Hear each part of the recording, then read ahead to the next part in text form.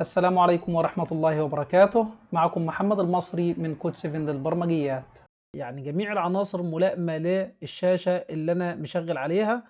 لو جيت صغرت البرنامج كده شايفين برضو العناصر صغرت، يعني العناصر كلها صغرت والقوائم صغرت في تناسق جميل جدا. لو جيت صغرت أكبر كمان من كده شايفين العناصر صغرت فعلا بتناسق رهيب ما شاء الله. يعني الكود شغال ممتاز جدا، وانا جربته على شاشة تانية مسطحة اشتغل الكود ممتاز بطريقة جميلة جدا. ولكن في تريكاية بسيطة هعرضها لحضراتكم علشان الكود يشتغل معاكم صح وتقدروا تستدعوه من اي نموذج عندكم، والبرنامج بمجرد ما يشتغل يتلائم مع الشاشة.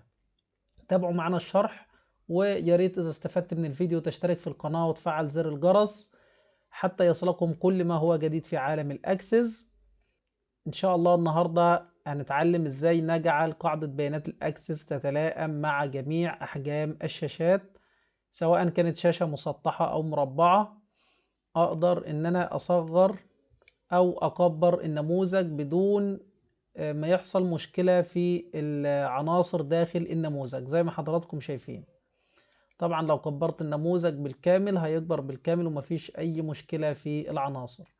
الكود المدمج مع النموذج من تأليف الباشمهندس محمد عصام من أوفيسنا. زي ما حضراتكم شايفين الكود. هعمل لكم إن شاء الله تحميل للملف، ودلوقتي أنا هشرح لكم إزاي تستخدم الموديول الخاص بالريسايزنج أو بالتحريك وملائمة الحجم مع جميع الشاشات. هقول لكم دلوقتي إزاي تنقلوا الكود ده للبرنامج الخاص بيكم، وازاي تنقل الكود على جميع النماذج اللي عندك في البرنامج.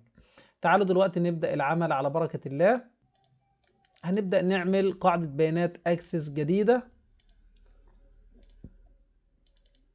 وندخل على قاعدة البيانات الاكسس الجديدة. هنعمل نموذج مثلا. النموذج ده هنحط فيه بعض العناصر، هنحط فيه بعض الأزرار هنا، وهنحط فيه عناصر تانية، وهنحط عناصر زي ما حضراتكم شايفين.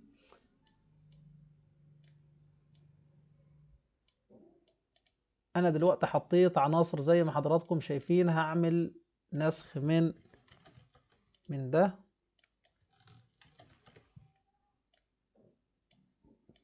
طبعا انا هنا دلوقتي هسمي الفورم دي فورم 1، ولو جيت شغلت الفورم هاجي اعمل خصائص اخليها منبثق. طب تعالوا نفتح بالنسخة العربي. هنبدأ نفتح النموذج في عرض التصميم زي ما حضراتكم شايفين.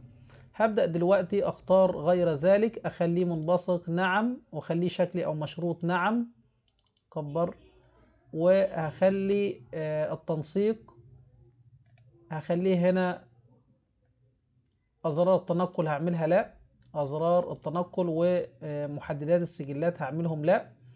تغيير حجم تلقائي نعم، توسيط تلقائي نعم، توسيط تلقائي خليه نعم، هخليه لا هذا ولا ذاك. وهبدأ دلوقتي أعمل حفظ وأشغل زي ما حضراتكم شايفين كده. لو كبرت او صغرت مفيش تكبير ولا تصغير. طيب دلوقتي عايزين نستورد الكود ونشغل الكود على النموذج الخاص بينا. تعالوا دلوقتي نشوف هنستورد الكود ازاي. دلوقتي هنبدأ نستورد الكود من قاعدة البيانات. هنضغط على جديد، هنختار من قاعدة بيانات، وهنختار من قاعدة بيانات اكسس. نحدد الملف اللي عندنا، ملائمة عناصر النموذج، وهنضغط موافق. هنيجي هنا على الوحدات النمطية ونختار الريسايزنج فقط. نيجي نعمل حفظ. خلاص كده جاء عندنا الريسايزنج. هفتح هنا على الريسايزنج وهبدأ اخد. هنا بيقول لي الاستخدام داخل النموذج. هاخد الحاجات دي كده، شايفين المتغيرات ده، هي هاخدها كوبي، وهروح على النموذج الخاص بيا، وهدخل هنا على اي حدث فيهم. حدث عند التحميل، انشئ حدث. هاجي هنا بعد اوبشن كومبير داتابيس وهحط هنا المتغيرات اللي انا اخدتها نسخ. يبقى انا اول حاجه هحط المتغيرات دي وهلغي العلامات دي، شايفين؟ يبقى انا كده الغيت العلامات الخاصه بيها. طيب هاجي افتح الريسايزنج تاني وهختار عند التحميل، في حدث عند التحميل هاخد السطرين دول كوبي وهروح هنا على حدث عند التحميل في النموذج وهختار بيست، وبنفس الطريقة هعمل طبعا لو القائمة دي مش ظاهرة عندك هتضغط كليك يمين وهتختار edit هتظهرها، يعني شايفين edit هتظهر القائمة دي.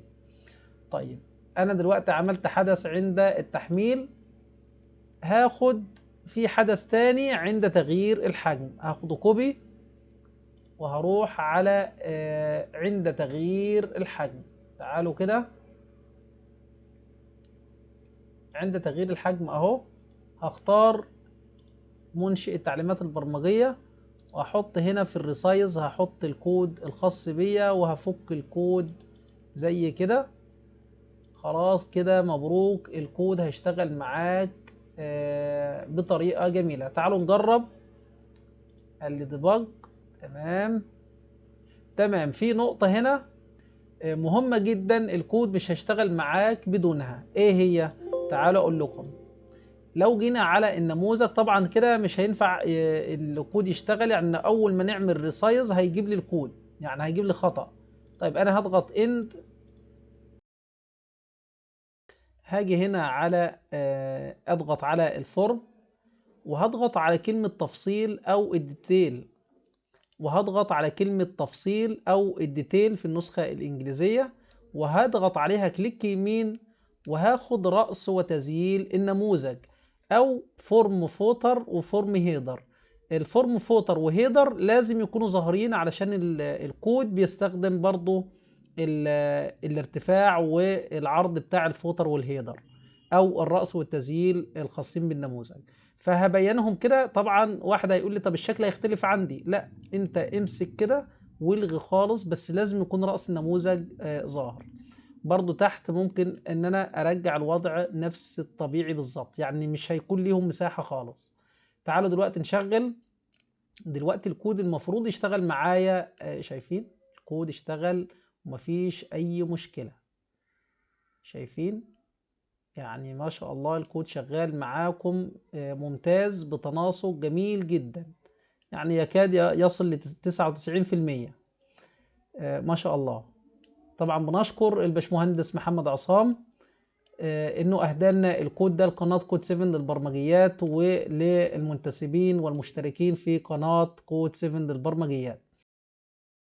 ودلوقتي تعالوا نشوف الكود اللي انا هديهولكم دلوقتي علشان تكملوا الموضوع ده، ازاي تخلي البرنامج عندك يتلائم مع اي شاشة تلقائيا. هقول لكم تعملوا ايه. هتيجوا هنا عند التحميل وهتضغط وهتكتب بعد الكود هتكتب الامر ده English do cmd دوت run command مسافة AC cmd app maximize. زي ما حضراتكم شايفين ده كود هيخلي لك الاكسس نفسه، مش النموذج، هيخلي لك الاكسس نفسه ياخد حجم تكبير على حسب الشاشة اللي عندك.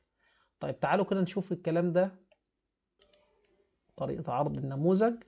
وهبدأ لو انا الغيت ده، شايفين؟ تعالوا نصغر الاكسس كده. الاكسس نفسه لو صغير وجيت شغلت الاكسس فتح بعرض الشاشة بالكامل. طيب دلوقتي انا عايز اخلي برضو النموذج ياخد عرض الشاشة بالكامل. هقول له ايضا عندي التحميل اعمل لي دو سي ام دي، دو سي ام دي ده خاص بالنموذج بقى، دو سي ام دي دوت ماكسمايز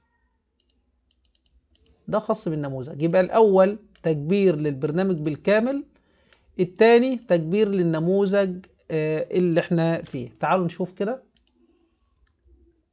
لو احنا صغرنا كده وجينا شغلنا النموذج فعلا النموذج كبر. اولا النموذج كبر والبرنامج كبر، يعني النموذج جاء بملء الشاشة بالكامل، والبرنامج ايضا بقى بملء الشاشة بالكامل. وبكده نبقى احنا قدرنا ان احنا نكبر النموذج ونكبر البرنامج بعرض الشاشة اللي عندنا مهما كان حجم البرنامج وحجم الشاشة اللي عندك. يا ريت لو استفدت من الفيديو تعمل اعجاب بالفيديو ده وتشارك الفيديو على قد ما تقدر لكي يستفيد الجميع من هذا الكود، لان الكود ده حل مشاكل كتيرة جدا لينا. طبعا بعيد الشكر للبشمهندس محمد عصام ولملتقى أوفيسنا لما يقدمونه من مهارات رائعة في الأكسس. كان معكم محمد المصري من كود 7 البرمجيات. السلام عليكم ورحمة الله وبركاته.